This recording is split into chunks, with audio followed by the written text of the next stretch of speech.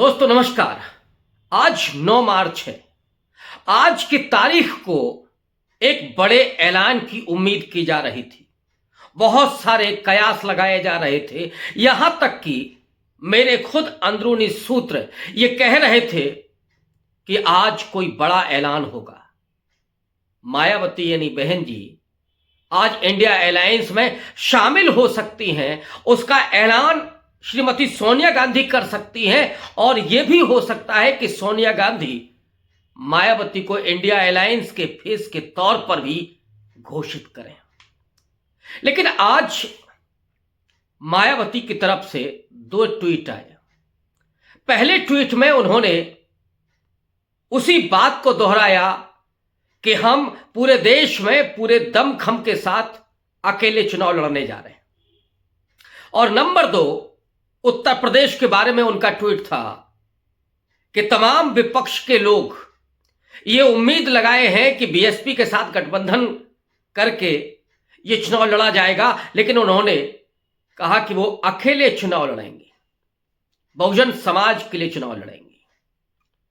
अब सवाल ये है, इस ट्वीट में कितने पेचोखम हैं और क्या इसका प्रभाव होने जा रहा है आने वाले लोकसभा चुनाव पर, भारत की राजनीति पर, और मैं समझता हूं कि उससे बड़ा प्रभाव इस देश के भविष्य पर और सबसे ज्यादा प्रभाव इस देश के बहुजनों पर, जिनके बारे में खुद मायावती कह रही हैं कि बहुजन समाज के लिए वो अकेले चुनाव लड़ेंगे।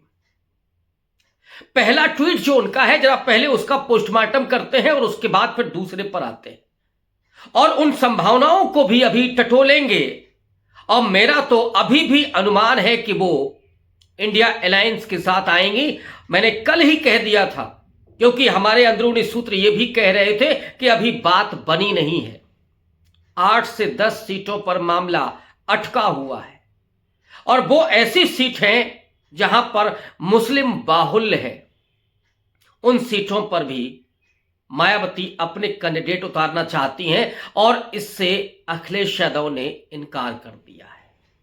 इसीलिए आज ये ट्वीट आया है। तो पहली बात तो यह है कि इस ट्वीट को संभावनाओं के खत्म होने के रूप में नहीं देखा जाना चाहिए, लेकिन जब ट्वीट आया है तो उसका पोस्टमार्टम होना जरूरी है, उसकी व्याख्या और उसका विश्लेषण होना जरूरी है।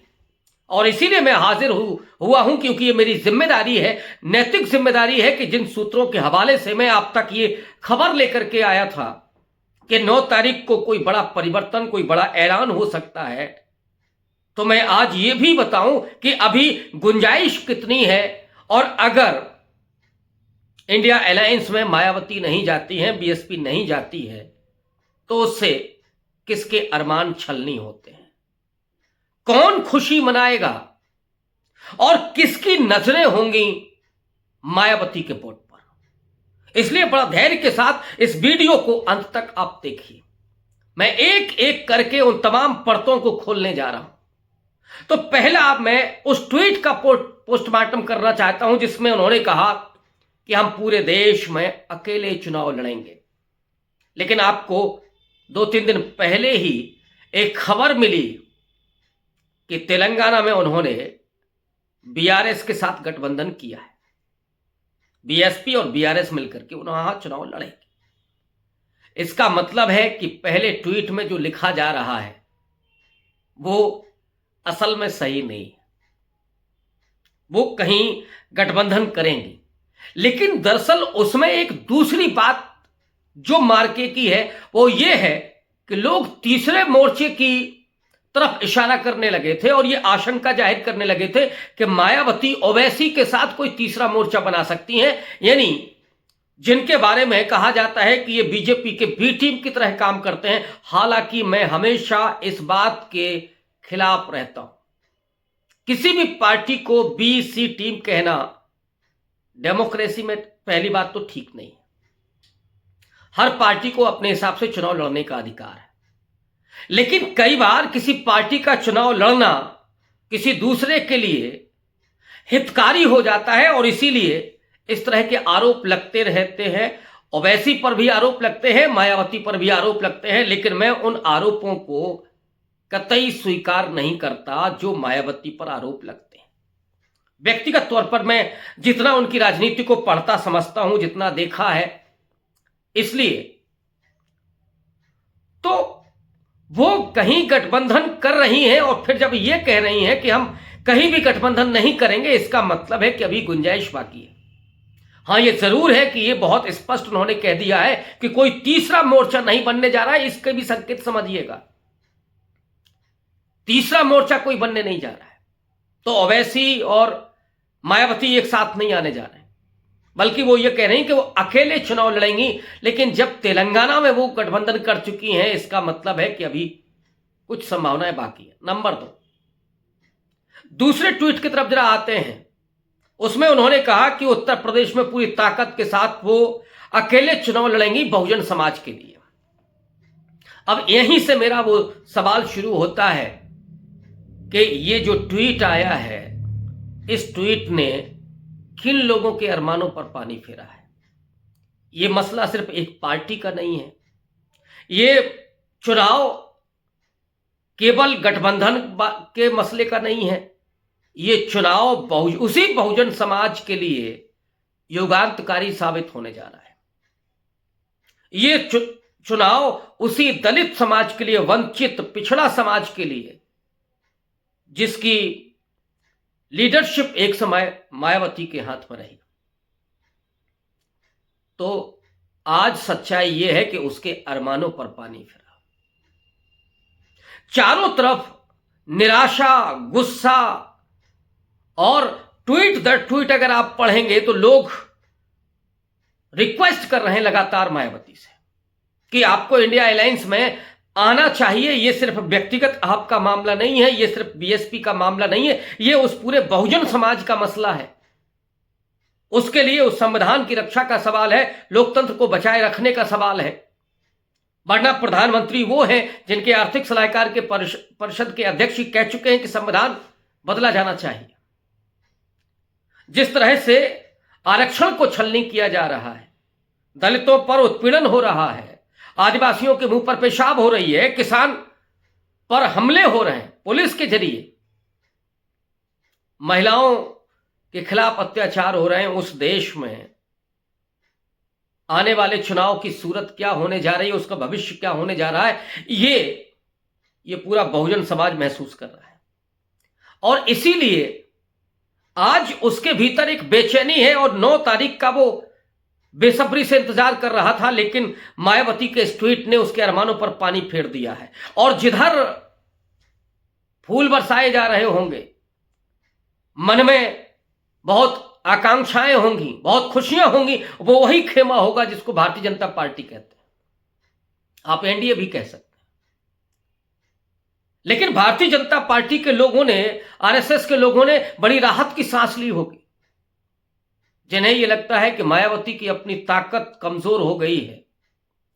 वो इस दरमियान, एक सप्ताह के दरमियान ये देख चुके हैं कि उनकी ताकत भले ही कितनी भी कमजोर क्यों ना हो, लेकिन अगर वो प्लस होती हैं, कांग्रेस के साथ जाती हैं, अलायंस के साथ जाती हैं, सपा के साथ जाती हैं, तो वो दोगुनी तिगुनी ताकत के साथ इस देश के लोकतंत्र को मजबूत करेंगी, अलायंस को मजबूत करेंगी। वो केमिस्ट्री जोड़ेंगी, वो साइकोलॉजिकल एक पूरा मूवमेंट खड़ा करेंगी।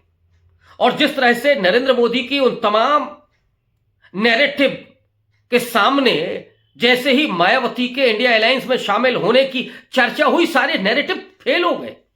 यह है मायावती की ताकत, यह है उनका वजूद। और जो लोग ये कहते हैं कि वो डर गई हैं, मैं बार बार कहता हूं कि मायावती को कोई डराने वाला पैदा नहीं हुआ। क्या अमित शाह, क्या नरेंद्र मोदी, अगर उनको हिम्मत है तो वो जरा कुछ करके दिखा दें, क्योंकि मायावती की ताकत वो बहुजन समाज है। भले ही उसमें से एक बड़ा हिस्सा अब निकल चुका हो, लेकिन वोट के मामले में उनके प्रति जो भावनाएं हैं वो आज भी उसी तरह से हैं। वोट देना एक अलग मसला है। कई बार लोग अपनी जाति और अपने प्रतिनिधि, अपने नेता, इस सबको देखने लगते हैं, लेकिन जैसे ही मायावती की बात आती है, सारे लोग एक साथ खड़े हो जाते हैं। उनको छूने का मतलब है कि इस देश में एक आंदोलन नहीं, क्रांति को जन्म दे देना। इसलिए वो हिम्मत नहीं है। जो लोग कहते हैं कि जेल जाने का डर है, मायावती को जेल भेजने का सपने में भी मोदी और अमित शाह नहीं सोच सकते, इसलिए वो भी बुझा। और यही वजह है कि वो बहुजन समाज जिसकी बात मायावती कर रही है, जो समाज मायावती को प्रधानमंत्री के रूप में देखना चाहता है, जो ये चाहता है कि वो बाबा साहब और कांशीराम के सपने को पूरा करें, दिल्ली के लाल किले से वो तिरंगा फहराएं, वही समाज आज बेहद निराशा में है। वो निवेदन कर रहा है, कहीं कहीं वो गुस्सा भी है, और वो चाहता है कि इंडिया अलायंस में मायावती आए, और उसके अरमानों पर आज पूरा पानी फिर दिया उन्होंने। लेकिन मैं उन लोगों से ये अपील करना चाहता हूं कि अभी थोड़ा दिल थाम करके बैठिए, इतनी जल्दी निराश और गुस्सा होने की जरूरत नहीं है। ये मायावती हैं, बेहतरीन रणनीतिकार, जरा हार्ड बार्गेनर हैं वो। उनके सामने परीक्षा देने वाले अच्छे अच्छे लोग फेल हो जाते हैं, लेकिन ये परीक्षा की घड़ी खुद उनकी भी है। उन्हें अपने समाज को बचाना है, अपने समाज को ये स्वाभिमान उनके भीतर जगाना है कि जब वो दिल्ली के लाल किले से कभी तिरंगा फहराएंगे तो उनका समाज क्या महसूस करेगा। वो जो स्वाभिमान बाबा साहब अंबेडकर ने अपने विचारों के जरिए महसूस कराया, उसको प्रैक्टिकली वो देखना चाहता है। और वो चाहता है कि इस देश की दलितों की वो आयरन लेडी तिरंगा फहराए तो उनका सीना 56 इंच का न सही लेकिन चौड़ा तो हो ही जाए। ये वो समाज चाहता है। इसलिए आप सबकी अपील को मैं अपने जरिए बहन जी तक, आकाश आनंद तक, बीएसपी के तमाम लोगों तक पहुंचाना चाहता हूं कि जरा विचार करिए, जरा ट्वीट उठा करके देखिए लोगों के, सोशल मीडिया पर लोगों को देखिए, उनके चेहरे जरा देखिए कि आज आपके ट्वीट से वो कितने निराश हुए हैं।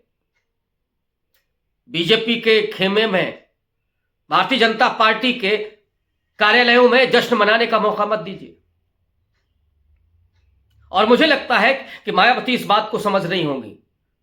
जब हम तमाम लोग इस बात को समझ रहे हैं कि मायावती का एक साथ आने का मतलब क्या है, और अगर वो अकेले चुनाव लड़ती हैं तो फिर नजर किसी और की भी है। अमित शाह जैसे लोग जिन्होंने बीजेपी को जिस ढंग से फेंटा है, एक बड़े जनाधार वाली पार्टी बनाया है अमित शाह ने, नरेंद्र मोदी ने, तमाम जातियों के समीकरण के जरिए, उन अमित शाह की नजर इस समय जाटव वोट पर भी लगी हुई है। उस दलित पर जो कोर वोटर है बीएसपी का, जो कैडर वोट है, अगर वो निराश होता है तो अमित शाह उसे खरीदने में कामयाब हो जाएंगे। और मेरी अपनी व्यक्तिगत जानकारी है कि कई ऐसे बीएसपी के कैडर को कहीं मोटरसाइकिल दे करके, कहीं 20,000 रुपया दे करके बीजेपी ने अपने साथ खड़ा किया है। और आज बीजेपी की जो नजरें हैं, आप जरा याद कीजिए विधानसभा के चुनाव के पहले बेबी रानी मौर्य जो कभी आगरा की मेयर थी, उनको उत्तराखंड के राज्यपाल पद से पदच्युत करके लाया गया था, और ये एक अफवाह फैलाई गई थी कि वो मुख्यमंत्री हो सकती हैं। यानी मायावती के सामने एक ऐसी ही जाटव लेडी को खड़ा किया जा सकता है, उसको मुख्यमंत्री बनाया जा सकता है, और इस अफवाह के जरिए बहुत सारे वोट हासिल कर लिए गए। असीम अरुण जैसे आईपीएस अधिकारियों को चुनाव लड़ा करके, जिता करके उनको मंत्री बनाया गया। ऐसे ही कई और जाटव समाज के ही लोगों को बीजेपी अपने साथ जोड़ करके और उस वोट पर नजर गड़ाए हुए है जो मायावती का कोर वोटर है। और इसीलिए बीएसपी को सावधान होना चाहिए। अगर अकेले बीएसपी चुनाव लड़ती है तो भविष्य क्या होगा बीएसपी का? मायावती के लिए गोल्डन चांस है, और मैं मायावती से ज्यादा इस समाज के लिए मानता हूं। और मैं वो ख्वाब देखता हूं कि जब वो तिरंगा हाथ में लेकर के फहराएंगी तब क्या ऊंचाइयां होंगी इस देश के लोकतंत्र की। सारी दुनिया में चर्चा होगी कि एक वो समाज से निकल करके आने वाली व्यक्तित्व जो महिला भी है, और वो दुनिया के सबसे बड़े डेमोक्रेसी की प्रधानमंत्री बनती है। ये ख्वाहिशें जो हैं, उन ख्वाहिशों को बखूबी बहन जी समझ रही होंगी। और इसलिए मैं समझता हूं कि ये जो अमित शाह की नजरें लगी हुई हैं दलित वोट पर, उस साजिश को नाकामयाब करें बहन जी, कामयाब नहीं होने दें, अदरवाइज बीएसपी का भविष्य पर सवाल या निशान खड़े होंगे। अकेले अगर वो चुनाव लड़ती हैं तो कितना वोट उनको मिलेगा? मेरा अनुमान है कि 8% से ज्यादा वोट उत्तर प्रदेश में उनको नहीं मिलने वाला है। सीट तो हो सकता है कि एक भी बीएसपी के खाते में ना आए।